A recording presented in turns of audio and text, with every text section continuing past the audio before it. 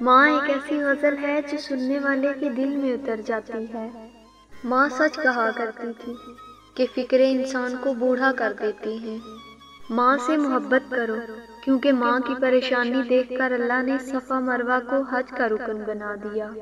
چھوٹے تھے تو لڑتے تھے، ماں میری ہے، ماں میری ہے۔ بڑے ہو کر لڑتے ہیں، ماں تیری ہے، ماں تیری ہے۔ ذرا سی چوٹ لگے تو آنسو بہا دیتی ہے، سکون بھری گود میں ہم کو سلا دیتی ہے۔ ہم کرتے ہیں خطا تو چٹکی میں بھلا دیتی ہے۔ مت گستاخی کرنا اے دوست اس ماں سے جو اپنے بچوں کی چاہ میں اپنا آپ بھلا دیتی ہے۔ وہ میری بدسلوکی میں بھی مجھے دعا دیتی ہے، آغوش میں لے کر سب غم بھلا دیتی ہے۔ ماں کی ایک عادت خدا سے بہت ملتی ہے، دونوں ہی معاف کر دیتے ہیں۔ زندگی میں بس اتنی دعا مانگ لینا، کوئی گھر ماں کے بغیر نہ ہو اور کوئی ماں گھر کے بغیر نہ ہو۔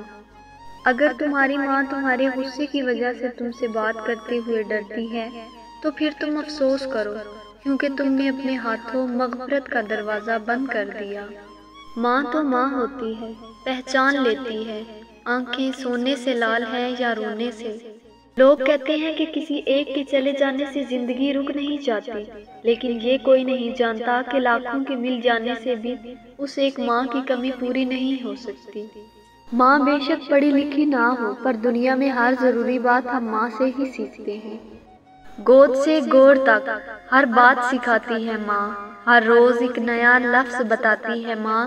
زندگی کے سفر میں گردشوں کی دھوپ میں جب کوئی سایہ نہیں ملتا تو یاد آتی ہے ماں۔ ابھی زندہ ہے ماں میری، مجھے کچھ نہیں ہوگا، میں گھر سے جب نکلتی ہوں دعا بھی ساتھ چلتی ہے۔ بھلا ماں کا بھی کوئی دن ہوتا ہے، ماں کے بغیر تو کوئی دن نہیں ہوتا۔ ماں کے پاس جا کر بیٹھ جایا کرو، کیونکہ ماں کے ساتھ گزرا ہوا وقت قیامت کے دن نجات کا باعث بنے گا۔